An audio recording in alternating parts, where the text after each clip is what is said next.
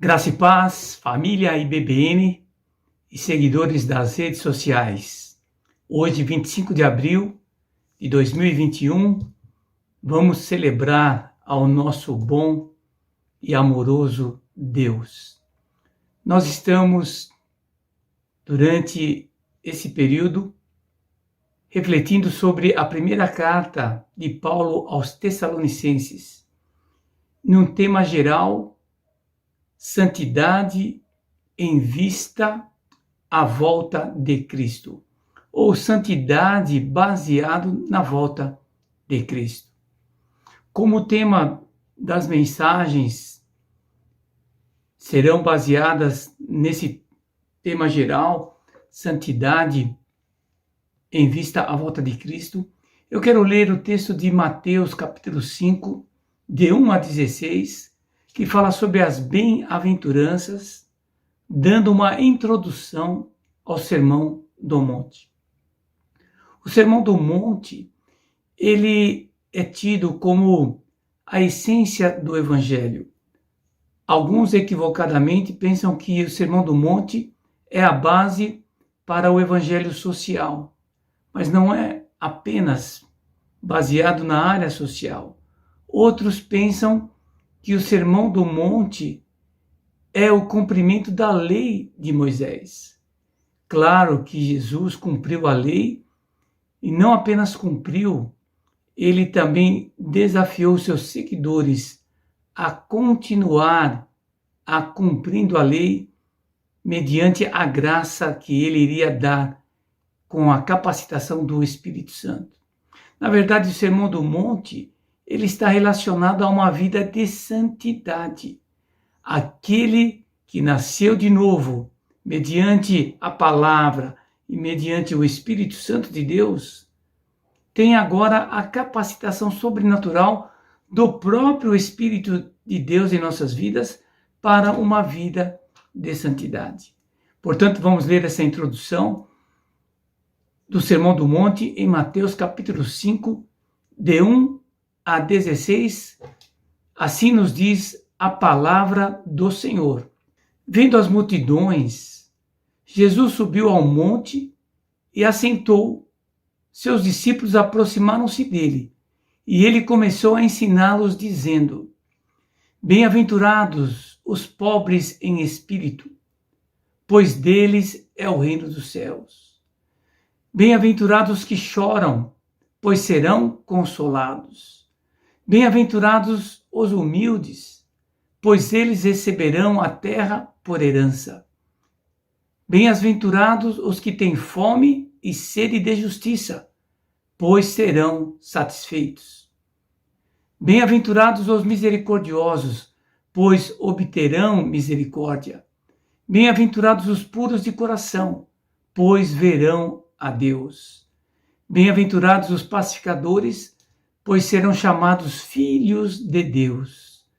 Bem-aventurados os perseguidos por causa da justiça, pois deles é o reino dos céus. Bem-aventurados serão vocês quando, por minha causa, os insultarem, perseguirem e levarem todo tipo de calúnia contra vocês. Alegrem-se e regozijem-se, porque grande é a recompensa de vocês nos céus, pois da mesma forma perseguiram os profetas que viveram antes de vocês. Vocês são o sal da terra, mas se o sal perder o sabor, como restaurá-lo? Não servirá para nada, exceto para ser jogado fora e pisado pelos homens. Vocês são a luz do mundo. Não se pode esconder uma cidade construída sobre um monte. E também ninguém acende uma candeia e a coloca debaixo de uma vasilha. Pelo contrário, coloca-a no lugar apropriado e assim ilumina a todos os que estão na casa. Assim, brilhe a luz de vocês diante dos homens, para que vejam as suas boas obras e glorifiquem ao Pai de vocês que está nos céus. Amém. Que texto maravilhoso, que incentiva a vida de santidade, quando termina essa introdução dizendo: olha, vocês são o sal da terra e vocês são a luz do mundo. Que brilhe essa luz diante dos homens, para que eles possam ver as boas obras e glorificar ao Pai. Mas tudo isso é resultado dessa bem-aventurança, dessa vida alegre, dessa vida com propósito, dessa vida equilibrada. Bem-aventurados. E ele elenca ali várias características. Aqueles que têm fome e sede da justiça, aqueles que são pacificadores, os pobres de espírito. Todas essas características, elas são resultantes de uma vida que nasceu de novo, que teve uma experiência de transformação, de salvação, de perdão, mediante o encontro com Cristo, o Salvador das nossas vidas. Que possamos, amados irmãos, que possamos viver essa vida repleta das bem-aventuranças, resultando numa vida que manifesta sendo sal da terra e luz do mundo. Que possamos assim viver essa vida de santidade, porque breve se dará a volta de Cristo para buscar a sua igreja. Durante esse culto, meu amado irmão, esteja sempre focado no Senhor, na sua palavra, e sabendo que nós somos esses bem-aventurados. O Sermão do Monte, ele foi escrito para o povo de Deus, os discípulos de Cristo, os seguidores do Senhor. E ele breve voltará. E por isso podemos buscar essa vida de santidade, sendo sal da terra e luz do mundo. Vamos orar ao nosso Deus. Ó Pai, obrigado por esse texto maravilhoso. Obrigado também, ó Pai, por essa reunião, esse culto que estamos prestando ao Senhor. Recebe o nosso cantar, o nosso adorar. Recebe, ó Deus, o nosso contemplar a Tua face ao ouvir a Tua palavra. Que seja realmente um culto de adoração, de louvor, de exaltação do Senhor. Em resposta à nossa adoração, ó Pai, fala conosco através das letras dos cânticos, através da mensagem pregada. E nós vamos te dar realmente todo o louvor, toda a honra e toda a adoração. E é no nome de Cristo Jesus que nós oramos agradecidos. Amém. Vamos agora, queridos, cantar, adorar durante esse período de cânticos dedicados ao Senhor.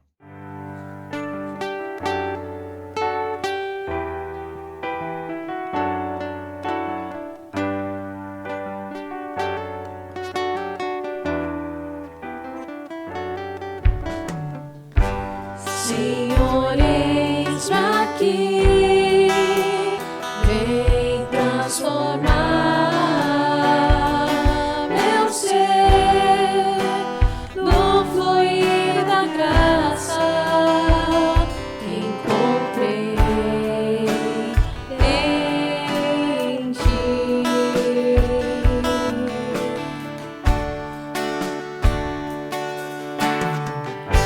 Senhor, descobri que as fraquezas que há em mim podem ser vencidas no poder do teu amor.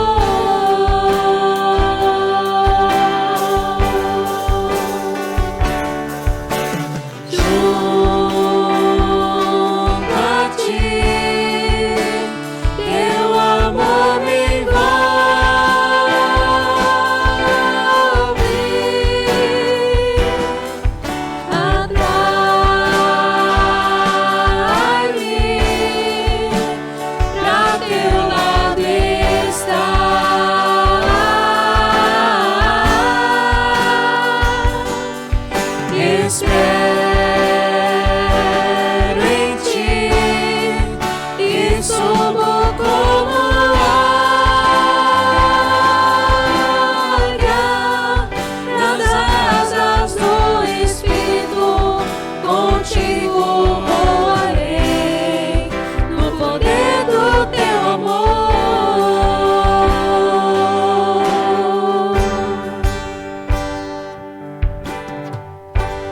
Face a face, quero ver-te, meu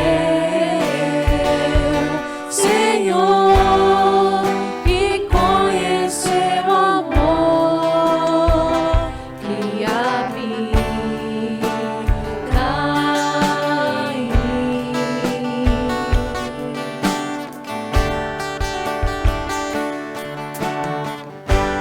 Vem renovar minha mente em teu querer, meus dias viverei no poder do teu amor.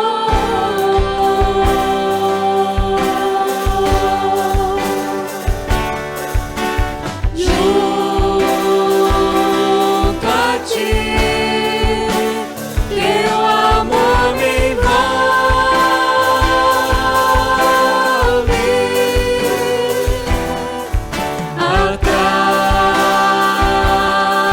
atrai-me pra teu lado estar.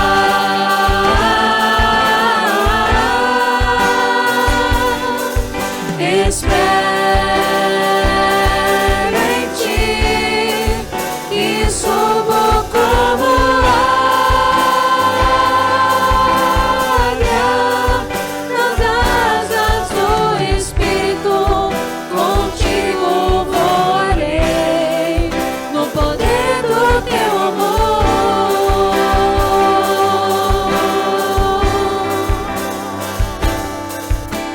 Junto a ti, teu amor me envolve,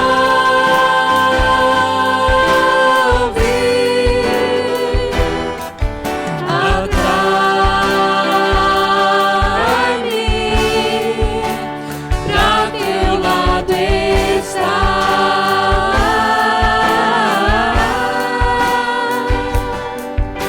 Espero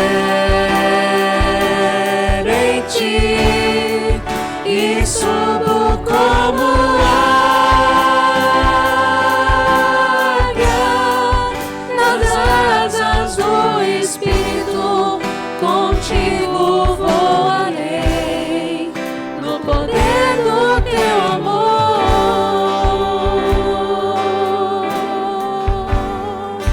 Nas asas do Espírito, contigo voarei no poder do teu amor.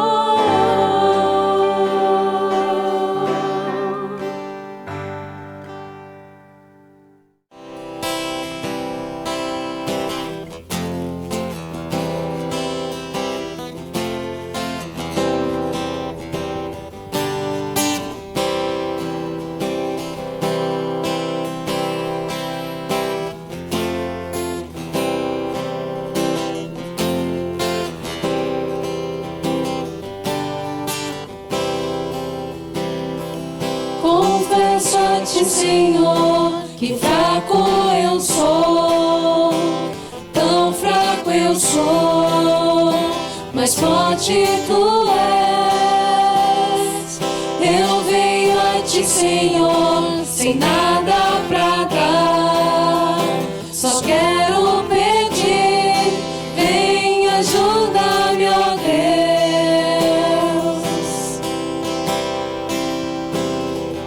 Confesso a ti, Senhor, que fraco eu sou, tão fraco eu sou, mas forte tu és. Eu venho a ti, Senhor, sem nada pra dar, só quero pedir, vem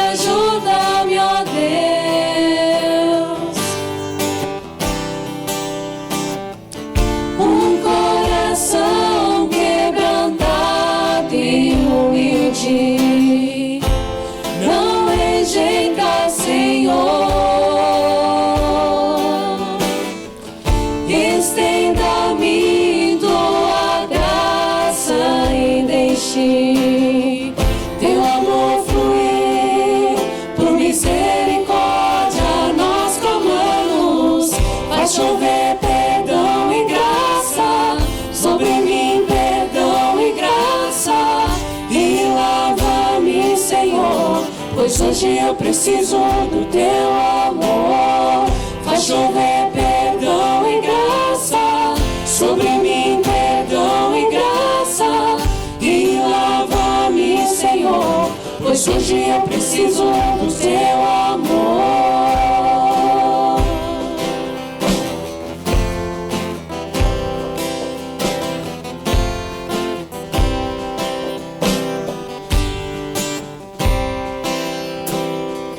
Confesso a ti, Senhor, que fraco eu sou, tão fraco eu sou, mas forte tu és. Eu venho a ti, Senhor, sem nada pra dar, só quero pedir, vem ajuda-me, ó Deus. Coração quebrantar, Um coração quebrantado e humilde, não rejeita, Senhor. Estenda-me tua graça e deixe teu amor fluir. Por misericórdia nós clamamos. Faz chover perdão e graça sobre mim, perdão e graça, e lava-me, Senhor, pois hoje eu preciso do teu amor. Faz chover perdão e graça sobre mim, perdão e graça, e lava-me, Senhor, pois hoje eu preciso do teu amor. Se pedimos, tu virás, tua chuva derramarás. Se pedimos, tu virás, tua chuva derramarás. Se pedimos, tu virás, tua chuva derramarás. Se pedimos, tu virás, tua chuva derramarás. Faz chover perdão e graça sobre mim, perdão e graça, e lava-me, Senhor, pois hoje eu preciso do teu amor.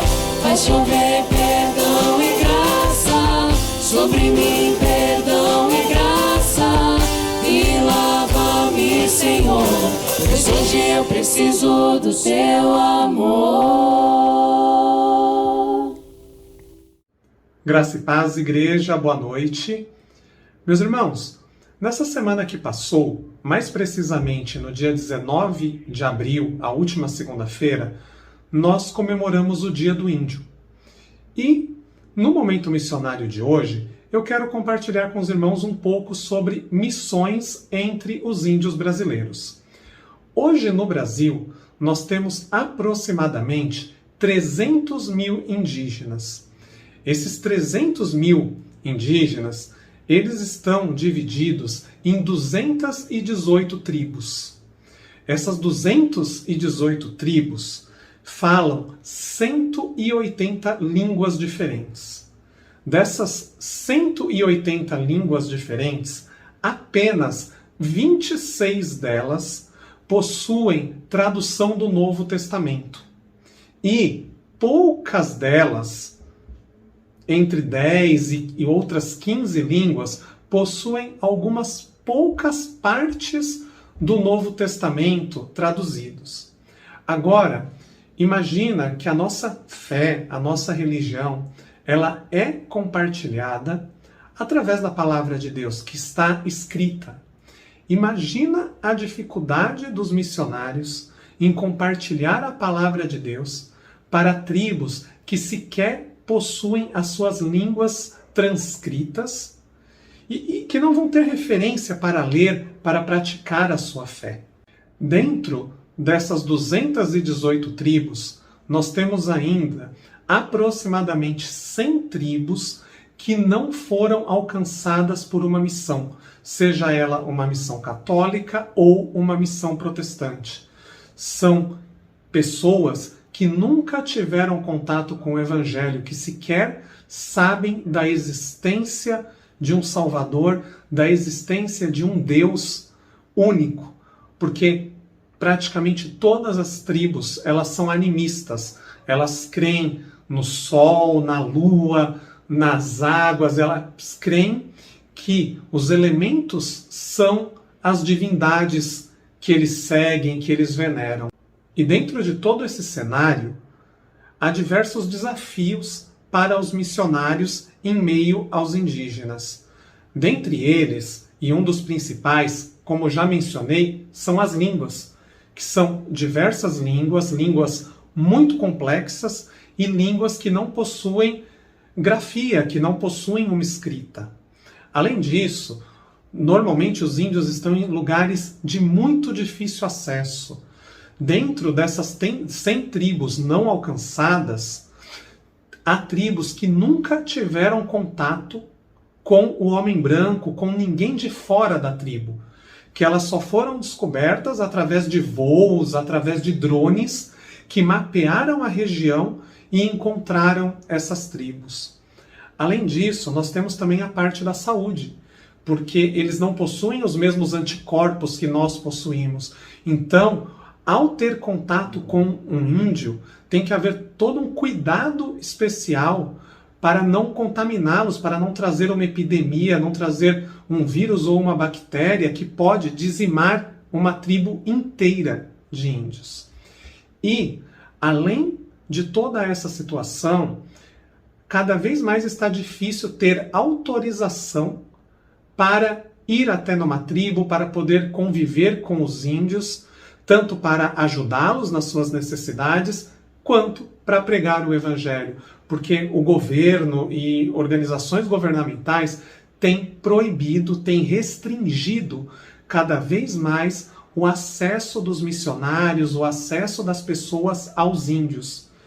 Claro, querendo protegê-los, mas também estão impossibilitando de que o Evangelho, de que a verdade da palavra de Deus possa chegar até eles, e assim como um dia nós fomos libertos pela palavra de Deus, que a palavra de Deus também possa libertá-los. Mas, igreja, mesmo diante de toda essa adversidade, os índios são nossa responsabilidade também. É nossa responsabilidade levar o Evangelho até eles.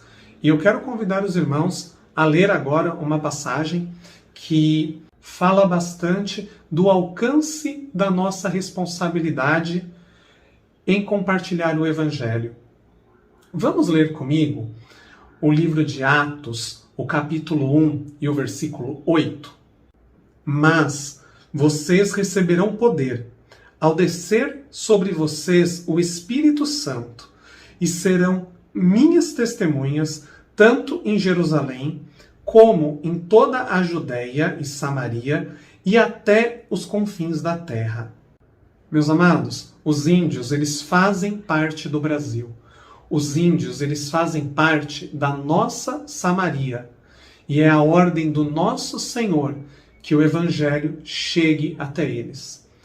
E eu quero compartilhar por fim com os irmãos, antes de orarmos, alguns motivos de oração para que não somente hoje, mas que também durante a semana, os irmãos possam também estar orando.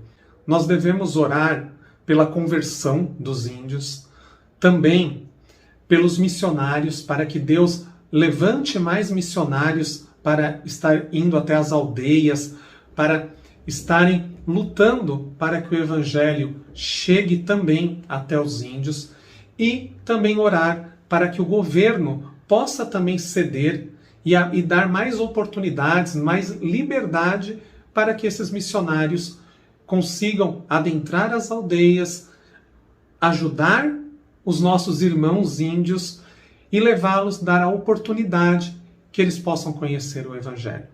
Amém? Vamos orar por eles? Santo Deus, eterno Pai, nós queremos nessa noite em especial, Pai, orar pelos índios do nosso país, Senhor. Nós entendemos que eles fazem parte da nossa Samaria, que é nossa responsabilidade compartilhar o Teu Evangelho com eles. E por isso, Pai, nós oramos para que o Senhor levante missionários, para que o Senhor possa levantar pessoas dispostas a pagar o preço e ir até as tribos compartilhar a Tua palavra.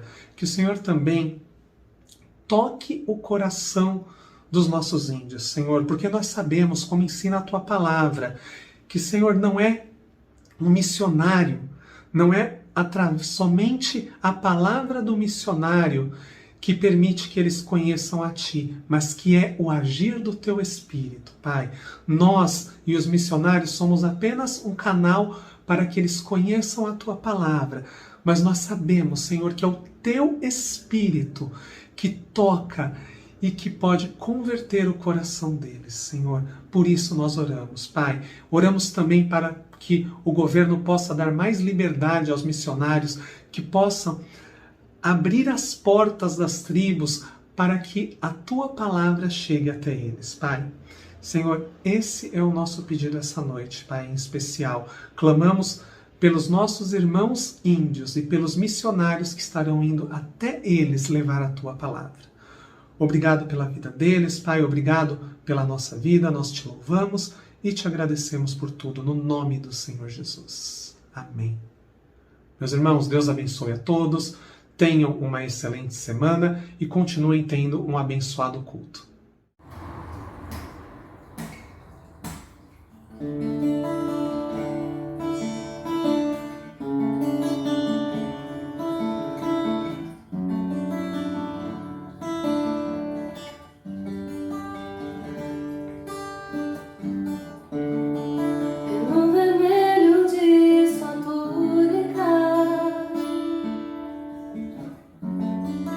Cada prego a cada mágoa, pelas feridas que afligiram meu Senhor, eu posso ouvir o seu clamor. Pai, eu desejo que eles sejam em mim, para que vejam Tua glória. Minha vergonha não se encontra mais em mim, para a liberdade me libertou.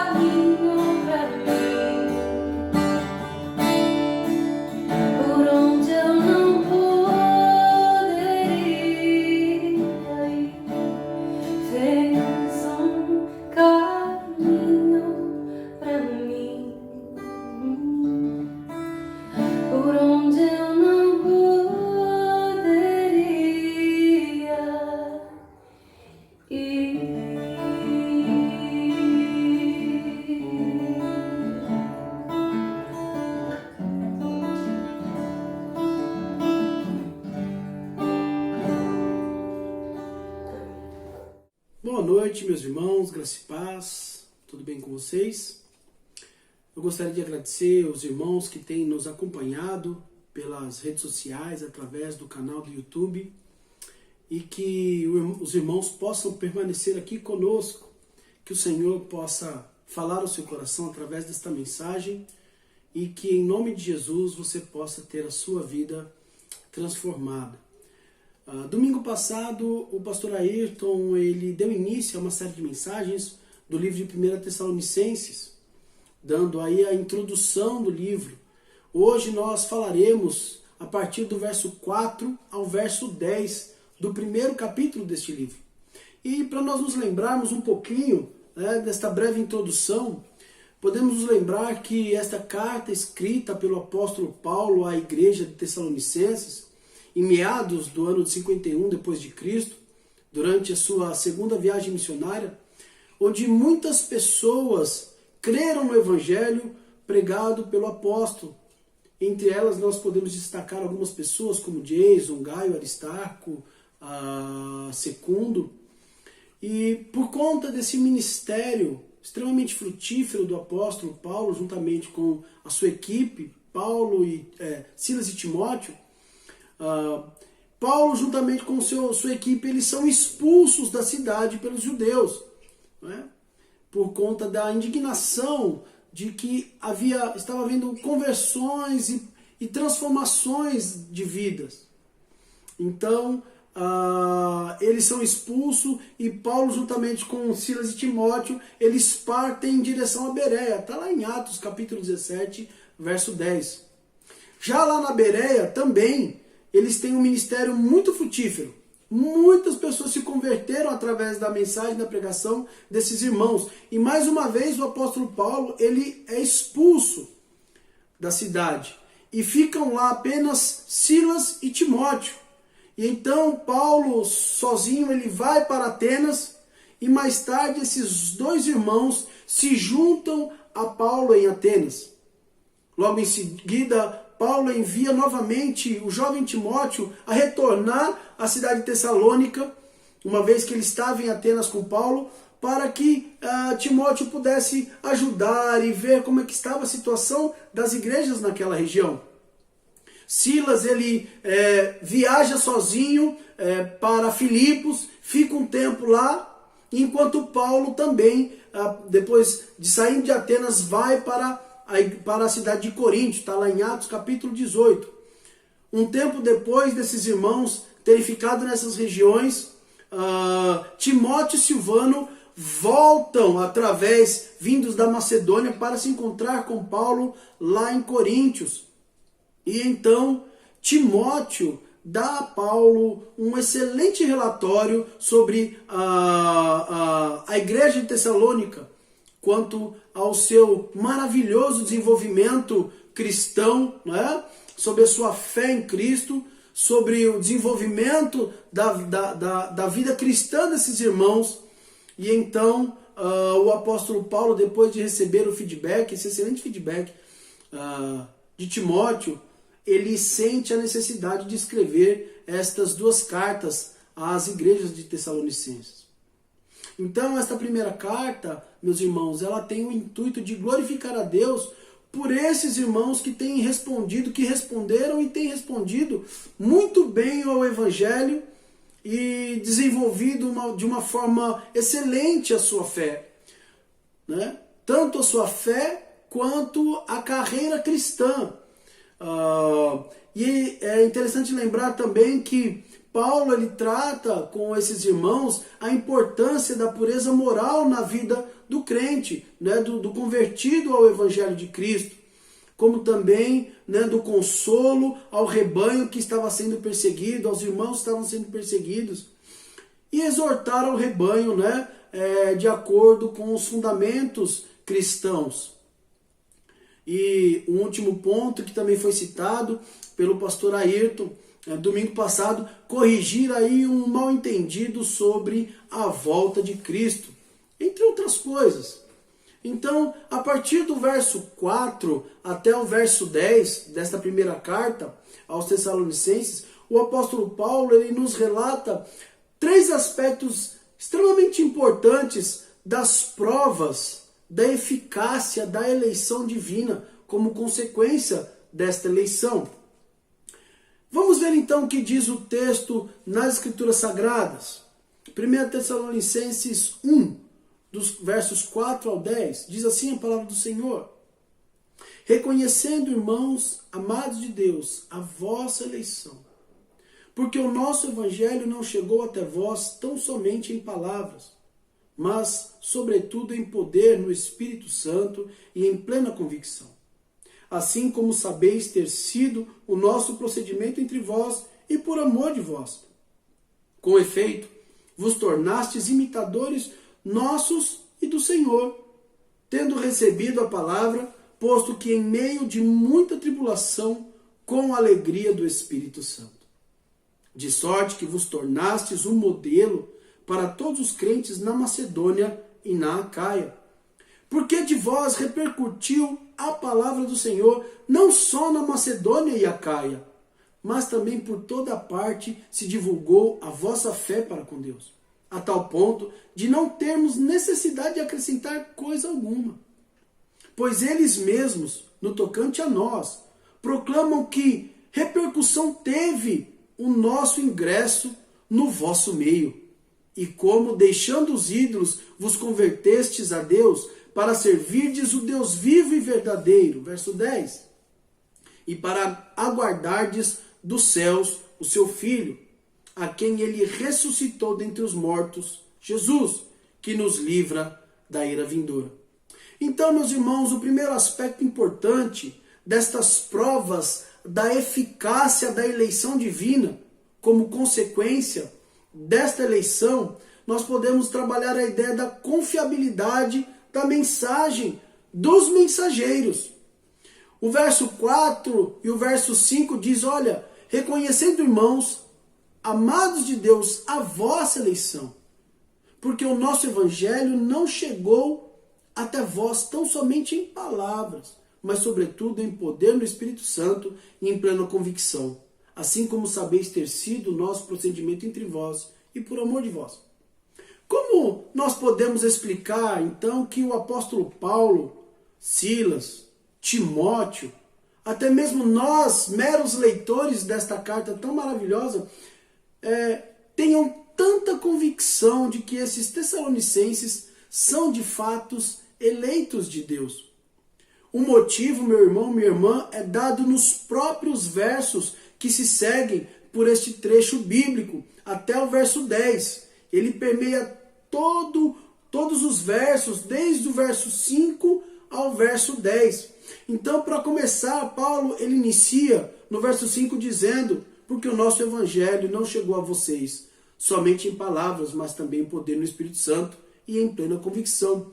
O que Paulo está querendo dizer aqui? O sentido que ele está querendo dar é o seguinte, que vocês sim foram escolhidos, foram eleitos, nós temos convicção, nós sabemos disso, pelo fato de que o nosso evangelho não chegou a vocês apenas por palavras. Resumindo, olha, não se deixem enganar por aqueles que tentam minar a vossa fé ou a sua fé, a certeza da salvação que vocês têm por meio de um ataque à nossa integridade moral. O nosso comportamento entre vós foi a prova dessa integridade nossa e da confiabilidade da nossa mensagem. Então Paulo está dizendo aqui que o comportamento deles, né, que a forma com que eles se portavam, a integridade com que eles agiam, com que eles tinham, era uma prova da confiabilidade da mensagem. Então a maneira, meus irmãos, para nós pensarmos aqui como eles viviam, como o apóstolo Paulo vivia, como Silas, Timóteo vivia, demonstravam uma autenticidade da pregação deles. Porque tudo que se prega, né, tudo que se pregava, partia inicialmente de uma aplicação na vida deles. Quer dizer, que aquilo que eles estavam pregando era uma verdade. Por quê? Porque eles aplicavam aquilo na vida deles. Porque eles viviam aquilo que eles pregavam. E então eles passaram a ser um exemplo vivo da pregação do Evangelho de Cristo. Se formos lembrar aqui até mesmo do testemunho do apóstolo Paulo, que uma vez era perseguidor dos cristãos.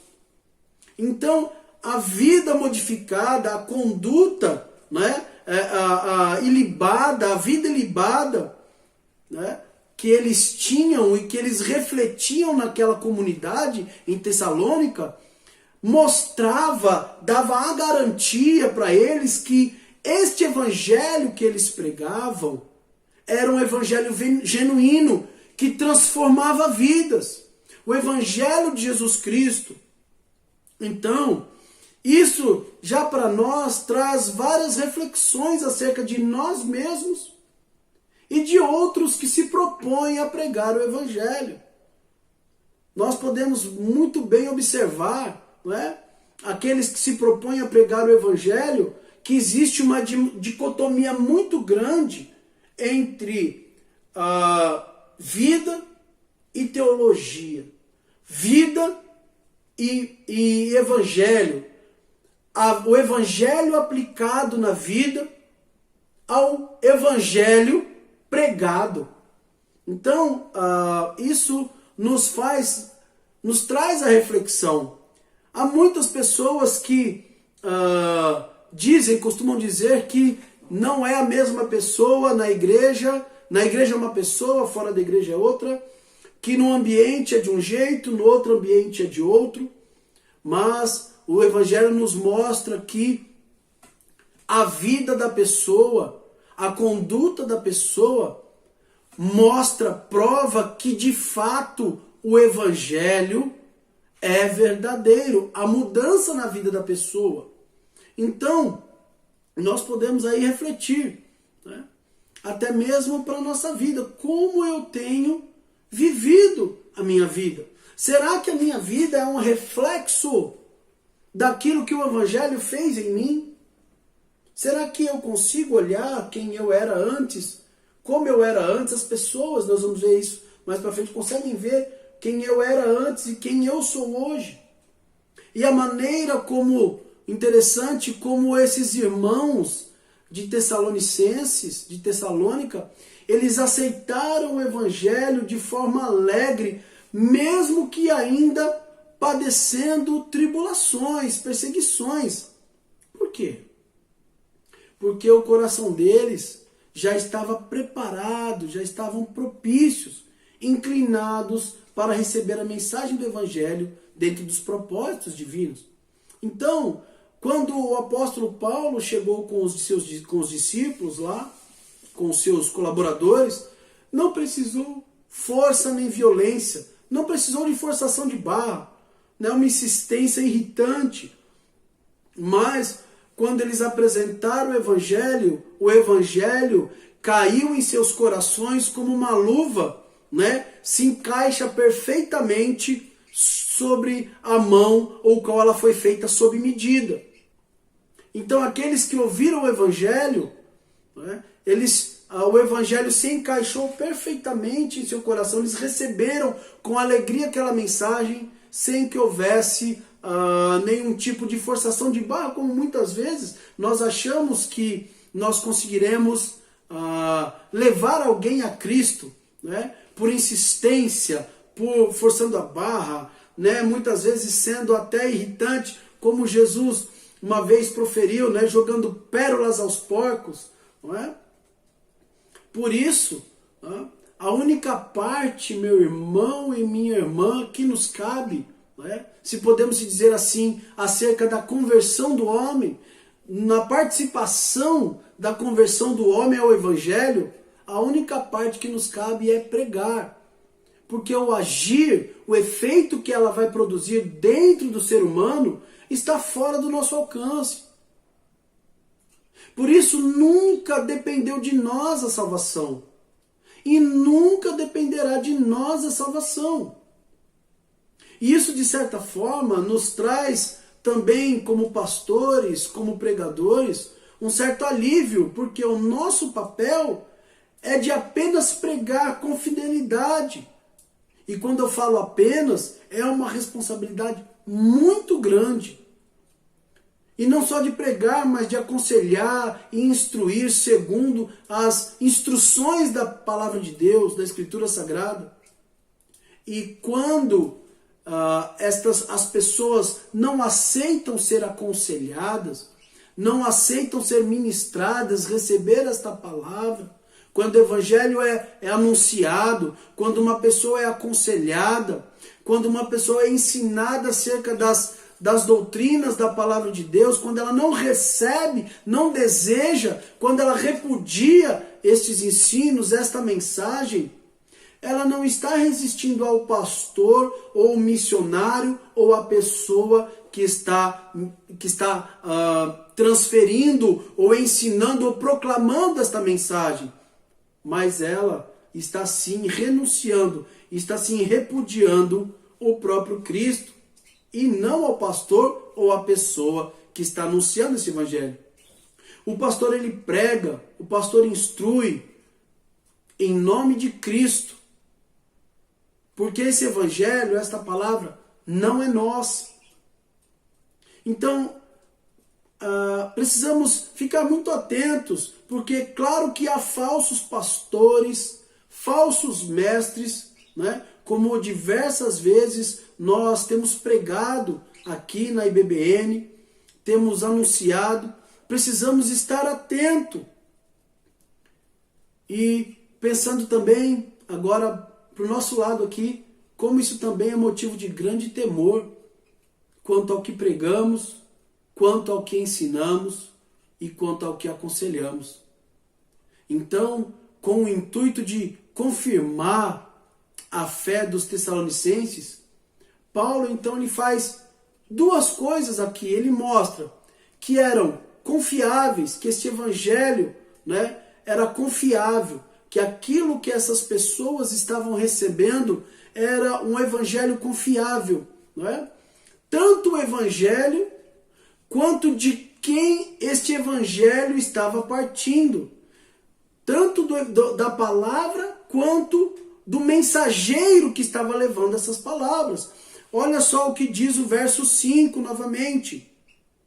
Porque o nosso evangelho não chegou até vós tão somente em palavras, ou de forma enganadora, tá? Mas sobretudo em poder no Espírito Santo e em plena convicção.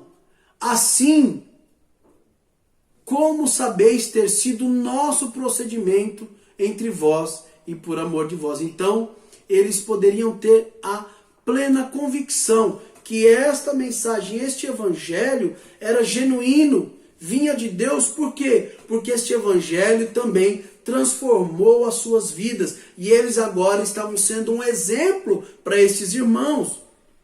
E também que a maneira como eles receberam este evangelho de forma alegre, de forma propícia, também é uma prova da ação e da operação do Espírito Santo, de que esse evangelho é genuíno, da confiabilidade tanto da mensagem quanto do mensageiro. Então, o segundo ponto, meus irmãos, que eu gostaria de refletir com vocês é das provas da eficácia da eleição divina como consequência da eleição, os resultados comportamentais evidentes na vida de um salvo, de um eleito, através de Jesus Cristo. Olha o que diz o verso 6 e o verso 7. Com efeito, vos tornastes imitadores nossos e do Senhor, tendo recebido a palavra, posto que em meio de muita tribulação, com alegria do Espírito Santo, de sorte que vos tornastes um modelo para todos os crentes na Macedônia e na Acaia. Então, como resultado desta eleição divina, deste chamado de Deus genuíno, do poder da palavra pregada por estes missionários que eram genuinamente enviados por Deus, os resultados comportamentais na vida desses irmãos eleitos de Deus foi visível a todos. Ela foi clara, ela apareceu de forma inevitável. A evolução deles foi algo visível a todos. E por quê? Por que, meu irmão, isso acontece? Porque a salvação que Deus realiza no homem, ela é eficaz.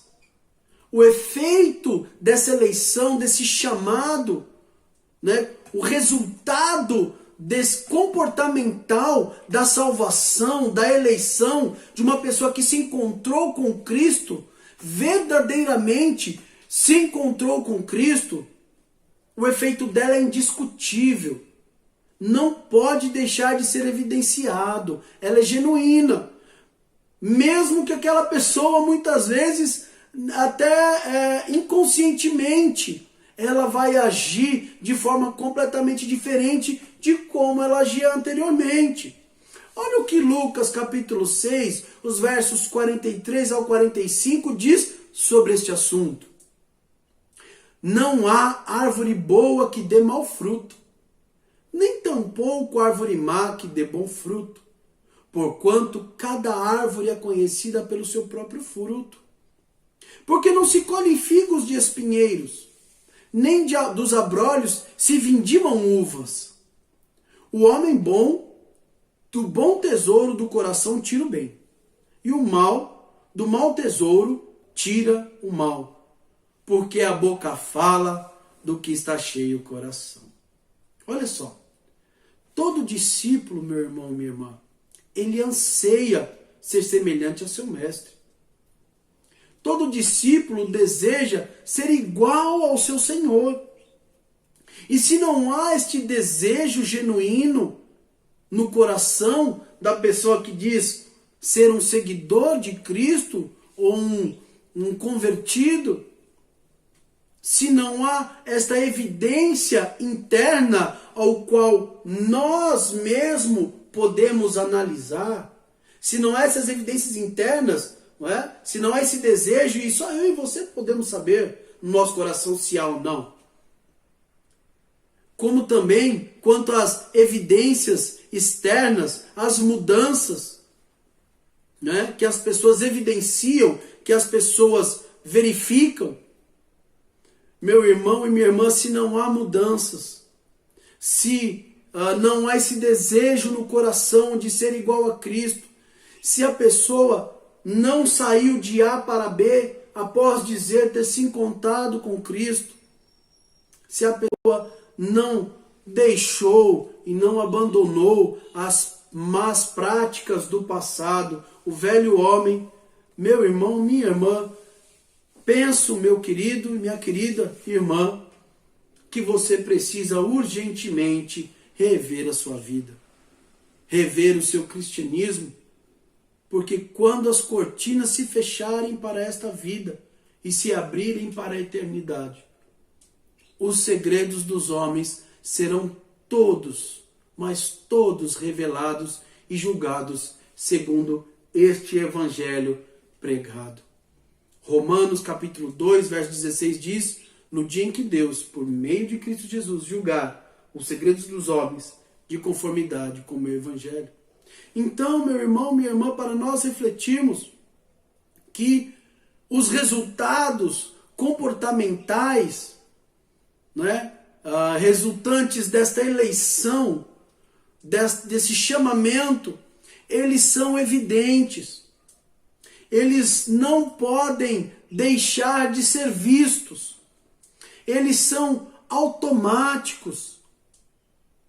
Como esses mesmos irmãos de Tessalonicenses, da igreja de Tessalonicenses, né, deixaram, nós vamos ver no verso 9, os ídolos. Deixaram de cometer práticas que anteriormente era comum e não tinha nenhum problema cometê-los. Eles agora, através da exposição do Evangelho, de um encontro real com o autor deste Evangelho, se tornaram agora imitadores tanto daqueles que ouviram esta mensagem como do próprio Senhor, porque eles de fato receberam esta palavra e tiveram seus corações transformados pelo poder do Espírito Santo. Então esta também é mais uma prova da genuinidade do Evangelho, da veracidade do Evangelho e do poder do Evangelho. Por isso que Paulo diz que ele estava mais preocupado, em levar aos irmãos o poder de Deus, como diz aqui no verso 5, porque o nosso Evangelho não chegou até vós somente em palavras, mas sobretudo em poder no Espírito Santo e em plena convicção. Por quê? Porque o verdadeiro Evangelho, ele transforma a vida das pessoas, e esta mudança, esta transformação, ela se torna evidente a todos. Então, os resultados, comportamentais na vida de um salvo, por conta dessa eleição através de Cristo, ela acontece naturalmente. E ela mostra, então, a veracidade do Evangelho pregado. Diferente de outras teorias, de outros livros e de outras pessoas que pregam filosofias. Mas o Evangelho é poder de Deus para transformar vidas. E então o Evangelho fez com que essas pessoas se tornassem modelos para todos os crentes na Caia, Macedônia, nas regiões de Tessalônica. Então, meu irmão, minha irmã, eu gostaria de chamá-lo a esta reflexão. Será que o irmão e a irmã que está me ouvindo nesta noite tem demonstrado frutos de arrependimento? Tem demonstrado mudanças de como você era para como você está nos dias de hoje? Será que no seu coração, genuinamente, existe um desejo de ser semelhante a Jesus e de ser igual a Cristo, de caminhar com Cristo? Será que não temos permitido com que outras coisas, outras ideologias, outras coisas sejam prioridade em nossa vida e não de sermos semelhantes a Jesus? E isso só eu e você podemos saber. E o terceiro ponto aqui, meu irmão e minha irmã, terceiro aspecto importante das provas da eficácia da eleição divina como consequência da eleição é o longo alcance do resultado da graça. O alcance que o resultado desta graça salvadora obteve.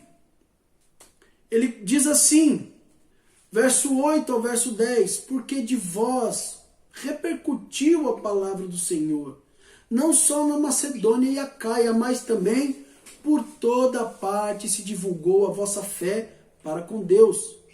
Olha só, meu irmão, que interessante, a tal ponto de não termos necessidade de acrescentar coisa alguma na conduta desses irmãos.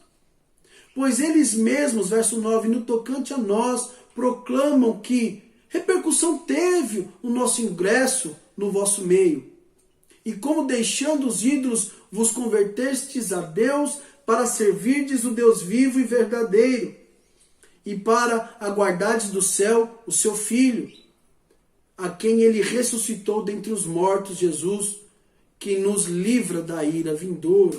Então olha só, como um fruto de uma árvore frutífera, são os atos desses irmãos que não poderiam ser escondidos, como nós lemos no livro de Lucas, que não há uma árvore boa que dê mau fruto, que não pode uma árvore, um exemplo de uma figueira, dar frutos como a laranja. Esses irmãos tiraram de dentro dele, ou refletem de dentro dele aquilo que há dentro deles. Que é o quê? Uma transformação oriunda do Evangelho. E essa transformação foi vista não só pelas pessoas ali próximas, mas chegou ao ponto de ser vista na Macedônia, em outras nações. Foram vistas por outras partes daquela região, sem ao ponto a necessidade dessa conduta desses irmãos que foram transformados pelo Evangelho necessitar a intervenção do apóstolo Paulo em alguma coisa. E as próprias pessoas, como diz o verso 9, as próprias pessoas falando sobre a intervenção de Paulo, sobre a vida desses irmãos com a pregação do Evangelho, fizeram com que esses irmãos deixassem as práticas anteriores, né? Muitos deles eram idólatras, né? Muitos eram idólatras para agora servir a quem? Ao Deus vivo e verdadeiro. E a partir disso agora aguardando dos céus a vinda de Cristo. Então, estas consequências da eleição, estas provas da eficácia da eleição divina sobre o ser humano, ele tem um resultado que nós não temos ideia de até onde ela pode chegar, do seu alcance. Os atos e as mudanças drásticas de condutas desses irmãos foram percebidos não só naquela região, como eu disse, Tessalônica, mas também em outros estados e até fora do país. Provavelmente houve uma mudança no comportamento, no trato dos negócios, né, nos atos negociais, por conta da conversão. Houve uma mudança de comportamento no trato familiar, nos atos para com a sociedade, para com os de fora. Muitas pessoas deixando de praticar, né, atos pecaminosos, muitas pessoas se convertendo. E tantas outras coisas que nós podemos aqui supor de bom que aconteceram através daqueles irmãos naquela região, ao ponto de ecoar fora daquela região, até mesmo daquela nação. E olha, meus irmãos, isso porque eles não tinham internet, não tinha televisão para ficar sabendo do que estava acontecendo. E isso nos faz refletir que as nossas ações, meus irmãos, não são diferentes das ações dos irmãos de Tessalonicenses. Que o reflexo de nossas ações não são diferentes, sejam elas boas ou ruins. Certamente as nossas ações ecoarão a lugares, chegarão a pessoas, sejam elas boas ou ruins, as nossas ações que nós nem imaginamos. E é bom lembrar também, se nós estudarmos um pouquinho do fundo histórico, não é? Que os irmãos de Tessalônica, que a cidade, a região, era um importante e um populoso centro comercial. E ele estava, interessante ver, que eles estavam localizados de maneira tão estratégica, que qualquer notícia, né, qualquer coisa diferente que acontecesse ali, poderia ser rapidamente divulgado, tanto nas regiões próximas como fora dali. Por quê? Naquela região havia uma estrada chamada Via Ignácia ou Via Ignácia, né? Essa estrada, ela foi construída pelos romanos aproximadamente no 2º século, aproximadamente em 2 a.C. E essa estrada, ela atravessava as províncias romanas, tanto do Ilírico, Macedônia, atrás, ela cruzava, né, que são territórios que hoje fazem parte dos estados contemporâneos da Albânia, Macedônia, Grécia, Turquia, ali a Turquia europeia. Ela ligava o Oriente ao Ocidente, ela cruzava todos os portos conhecidos no mundo antigo. Era uma estrada extremamente frequentada, longa, e que ela ligava todas as cidades da Macedônia, Tessalônica, da Turquia, da Europa. E tudo que esses cristãos eles poderiam fazer para desfrutar deste privilégio de estar num ponto estratégico era aproveitar essas oportunidades. Do quê? No grande trânsito de pessoas, essa grande tramitação de pessoas, poder expandir o Evangelho. Não só pregando, mas principalmente com a sua vida transformada. Então, o longo alcance do resultado da graça, né, de Cristo na vida daqueles irmãos foram utilizados também para expandir o Evangelho, para expandir a graça de Jesus. Por meio desses irmãos, né, que estão expondo as pessoas, a sua comunidade, né, de forma natural, os frutos dessa eleição, eles acabaram se tornando uma ponte para que esta graça de Jesus, para que o Evangelho alcance também a outros, para que o Evangelho seja pregado a outros. Então, os frutos do Evangelho na minha vida, na sua vida, meu irmão, da transformação daquele que se encontra com Cristo de fato, uma transformação genuína, uma conversão genuína, ela se torna uma ponte para que outras pessoas também conheçam o Evangelho.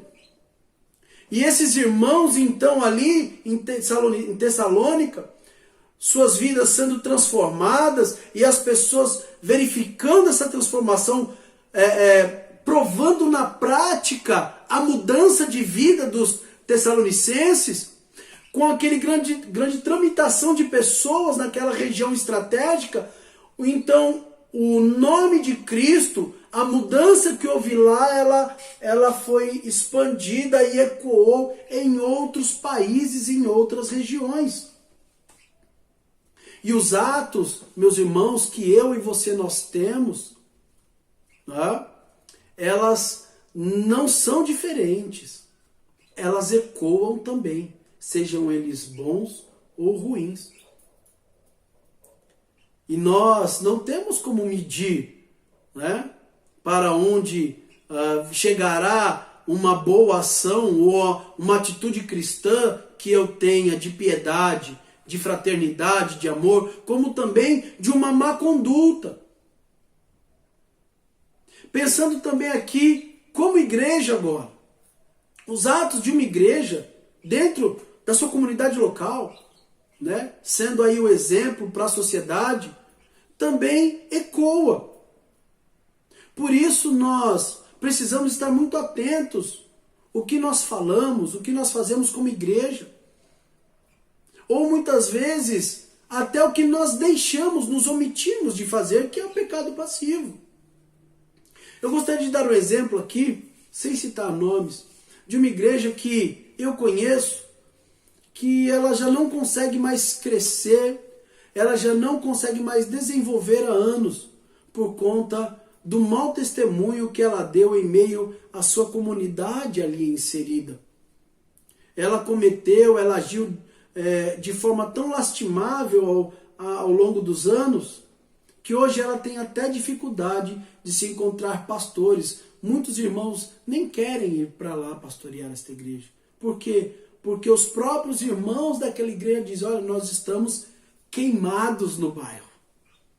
Por quê? Porque os nossos atos, os atos da igreja local, os atos dos cristãos, eles ecoam. Não é? O nosso testemunho ecoa. E assim conosco, como eu disse também. Os nossos atos, as nossas palavras, elas podem ter desdobramentos tanto positivos a nosso respeito, quanto negativos a nosso respeito. E sem contar que dentro das nossas ações é o bom nome do Senhor Jesus que estará sendo evidenciado nos nossos atos. Sejam eles bons e sejam eles ruins. E muitas vezes os atos ruins, né, as condutas inapropriadas, podem impedir com que muitas pessoas deixem de estar aptas de ouvir o Evangelho por conta do escândalo. Isso nos mostra, meu irmão, minha irmã, que nós não podemos mensurar o alcance e o resultado, e que neste caso dos amados irmãos tessalonicenses, eles estavam sendo motivo de louvores a Deus e de levarem outros ao conhecimento do Evangelho e do bom nome de Jesus Cristo, o qual esses irmãos proclamavam, não é? Quando eles agiam de forma com que o nome de Cristo era glorificado, com os frutos desta eleição, quando eles faziam todos os seus atos cotidianamente, rotineiramente, sejam nos trabalhos, nas atividades, né, na hora de ensino, na comunhão, com a sua família, eles pregavam não somente com a palavra verbal, mas com as suas vidas. Gosto muito do texto de Hebreus, capítulo 12, verso 1, que nos chama a atenção, que diz assim: portanto, também nós, visto que temos a rodear-nos tão grande nuvem de testemunhas, desembaraçando-nos de todo o peso e do pecado que tenazmente nos assedia, corramos com perseverança a carreira que nos está proposta. Olha, nós estamos rodeados por uma grande, gigantesca nuvem de testemunha.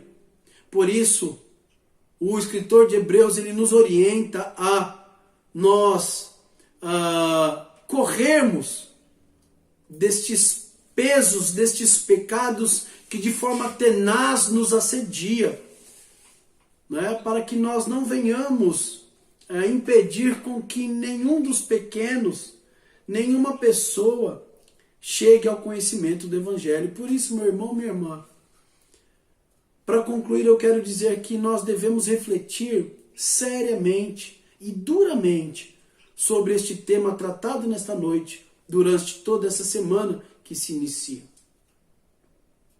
Existem sim consequências da eleição de Deus sobre nós, e as provas da eficácia desta eleição divina serão sim evidentes a todos. Porque a graça de Deus, ela é eficaz, ela é genuína e é impossível de não ser vista. E onde eu me encaixo em tudo isso? Em que posição estou enquadrado diante dessa exposição do texto bíblico? Será que eu tenho sido padrão para os fiéis? Ou será que eu preciso rever o meu cristianismo? Por isso, eu quero convidar você a baixar sua cabeça, fechar os seus olhos e juntamente comigo fazer uma oração, se assim você desejar. Amado Senhor, nesta noite eu quero colocar a minha vida e a vida dos meus irmãos que aqui se encontram.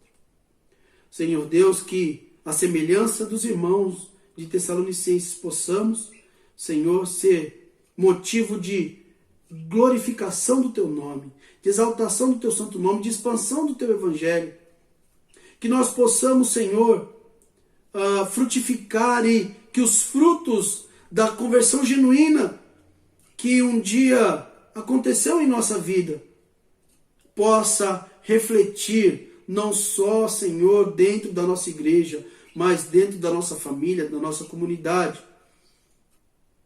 Senhor Deus, que através de nós o Seu Evangelho seja pregado e que venhamos ter a convicção de que este Evangelho é genuíno e de que os mensageiros, ó Pai, que as enviaram, as proclamam, são genuínos. E que tenhamos sabedoria para identificar aqueles que são impostores. Senhor Deus, em nome de Jesus, que venhamos, ó Pai, refletir e que o Senhor possa trazer ao nosso coração, Senhor, o desejo genuíno de ser como Cristo, de viver como Cristo, de morrer, se necessário for, por Jesus. De abdicar de todos os nossos preconceitos, Senhor, e as nossas ideologias, porque acima de tudo nós somos cristãos, independente de qualquer outra coisa que somos. Sejamos médicos, advogados, professores, qualquer outra coisa. Nós somos cristãos. Devotamos a nossa vida a Cristo. E por Ele, Senhor Deus, queremos dedicar a nossa vida. Por isso, que os frutos dessa eleição possam frutificar nos ramos da nossa vida, nas áreas que atuamos, para que possamos glorificar o Teu nome e o Teu Evangelho ecoe, Senhor, a todas as pessoas que necessitam ouvi-la. Esse é o meu pedido e a minha oração, em nome de Jesus. Amém. Que Deus te abençoe, meu irmão, minha irmã, em nome de Jesus. Obrigado, pastor Diego, por essa mensagem que veio ao encontro das nossas necessidades e veio e falou fundo aos nossos corações. Obrigado a todos que participaram desse culto e que tenhamos uma vida vitoriosa na presença do nosso Deus. Olha, no próximo domingo, dia 2 de maio de 2021, voltaremos com os nossos cultos presenciais. Manteremos todo o protocolo e vamos ter um ambiente, com certeza, seguro para adorar e exaltar ao nosso Deus. Você é nosso convidado especial para ir até a nossa igreja e participar presencialmente conosco em uma grande celebração ao nosso Deus. Vamos continuar participando das atividades da igreja, orando uns pelos outros, entrando em contato uns com os outros e confiar que Deus nos dará vitória em tudo aquilo que estivermos fazendo. Vamos orar pedindo a bênção de Deus para as nossas vidas nesse instante. Ó Pai, obrigado por esse culto que nós prestamos a Ti. Obrigado pela palavra lida, pregada. Obrigado pelas mensagens cantadas, que com certeza foi um momento que alegrou os nossos corações. Quero nesse instante, ó Deus, pedir a Tua bênção, a Tua graça, o Teu poder na vida de todo aquele que está participando desse culto. Também peço que o Senhor alcance cada família que está ligada à nossa igreja. O Senhor sabe das necessidades, o Senhor sabe daquilo que precisamos, e muito mais do que isso, o Senhor é poderoso para fazer sinais, prodígios, milagres, maravilhas em nossas vidas e em nosso meio. Ó Pai, é isso que nós pedimos na vida de cada um que participa desse culto e na vida de cada membro da nossa igreja. E que o Senhor venha nos abençoar para a honra e glória do Teu santo nome. E agora que o amor do Deus Pai, a graça e a paz de Jesus e o poder e a presença do Espírito Santo de Deus esteja com todos, hoje e sempre. Amém, aleluia, amém.